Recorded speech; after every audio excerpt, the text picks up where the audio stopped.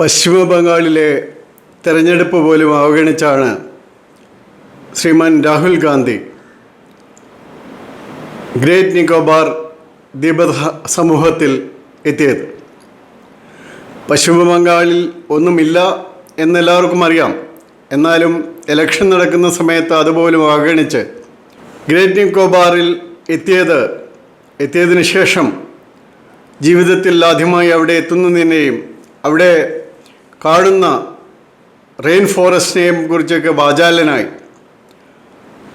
കാരണം മറ്റൊന്നുമല്ല, ഗ്രേറ്റ് നിക്കോബാർ സ്ഥിതി ചെയ്യുന്നത് സ്റ്റേറ്റ് ഓഫ് മലാക്ക എന്നതിൻ്റെ തൊട്ടടുത്താണ്.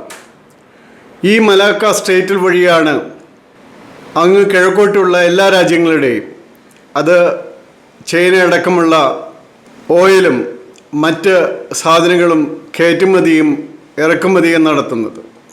അതായത് മലാക്ക സ്റ്റേറ്റ് ഒന്ന് ഞെക്കിപ്പിടിച്ചാൽ, ഇപ്പോൾ ഹോർമോസ് സ്റ്റേറ്റ് ഞെക്കിപ്പിടിച്ചതുപോലെ പിടിക്കുകയാണെങ്കിൽ ചൈനയ്ക്ക് നന്നായി വേദനിക്കുന്ന സ്ഥലമാണ്. അവരുടെ സാമ്പത്തിക വ്യവസ്ഥ അട്ടിമറിക്കപ്പെടും അവിടെ ഒന്ന് ഞെക്കിപ്പിടിച്ചാൽ. ഇത് ഇന്തോനേഷ്യയ്ക്ക് വളരെ അടുത്താണ്. ഇന്ത്യയാണ് ഏറ്റവും അടുത്തുള്ള സ്ഥലം. ആ ദ്വീപിൽ 9.7 ബില്യൺ ഡോളറിൻ്റെ വികസനമാണ് കൊണ്ടുവരുന്നത്. അവിടെ സൈനികവും അല്ലാത്തതുമായ സിവിലിയനുമായ വികസനങ്ങളാണ് കൊണ്ടുവരുന്നത്.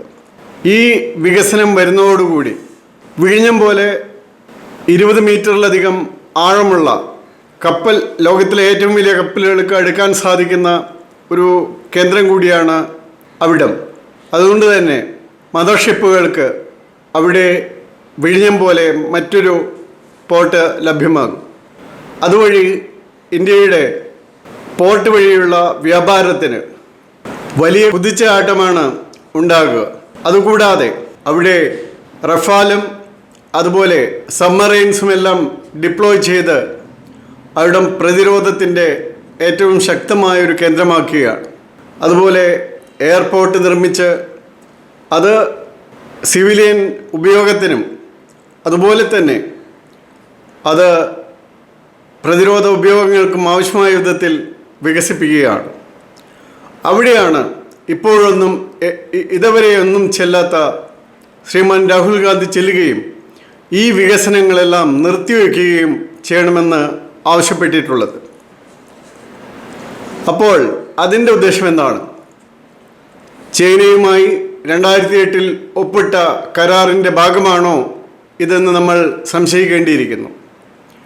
കാരണം ഇപ്പോൾ ഗ്രേറ്റ് നിക്കോബാർ ഐലൻഡിൽ ഇന്ത്യ നടത്തുന്ന ഈ വികസനം അത് അവിടുത്തെ ആദിവാസികൾ മുഴുവൻ സംബന്ധിച്ചതാണ്. അത് മാത്രമല്ല, ഗ്രീൻ ട്രിബ്യൂണലിൻ്റെ സമ്മതം കിട്ടിയതാണ്. ഈ വികസനം കൊണ്ട് വലിയ മാറ്റങ്ങളാണ് ആ ഭാഗത്ത് ഉണ്ടാകുന്നത്.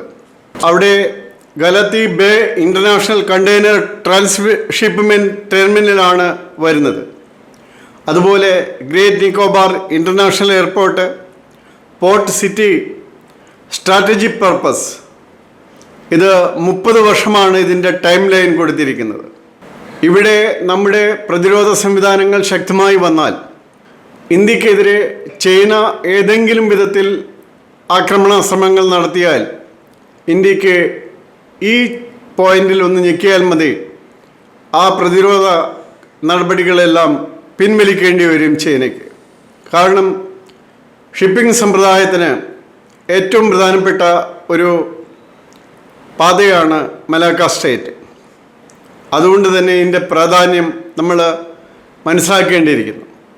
അതുകൊണ്ട് തന്നെ ആയിരിക്കണം പശ്ചിമ ബംഗാളിലെ തെരഞ്ഞെടുപ്പെല്ലാം അവഗണിച്ച് ശ്രീ രാഹുൽ ഗാന്ധി ആൻഡമാൻ നിക്കോബാർ ദ്വീപസമൂഹത്തിലെ ഗ്രേറ്റ് നിക്കോബാർ ദ്വീപസമൂഹത്തിൽ എത്തുകയും അവിടെയുള്ള ഈ project 160 square kilometre rain forest ഇല്ലാതാക്കുകയും എന്ന് പറഞ്ഞ് ഇപ്പോൾ മുറവിളി കൂട്ടുന്നത്.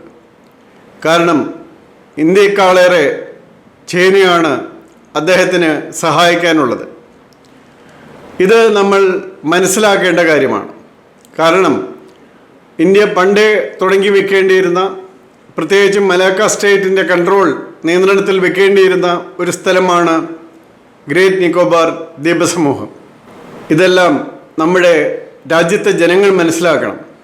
ഓരോ രാഷ്ട്രീയക്കാരനും ഏത് രാജ്യത്തോടാണ് പ്രതിബദ്ധത എന്നും എന്തിനു വേണ്ടിയാണ് അവർ മുറവിളി കൂട്ടുന്നതെന്നും അതിന് ഉപയോഗിക്കുന്ന തന്ത്രങ്ങൾ വ്യത്യസ്തമാകാം.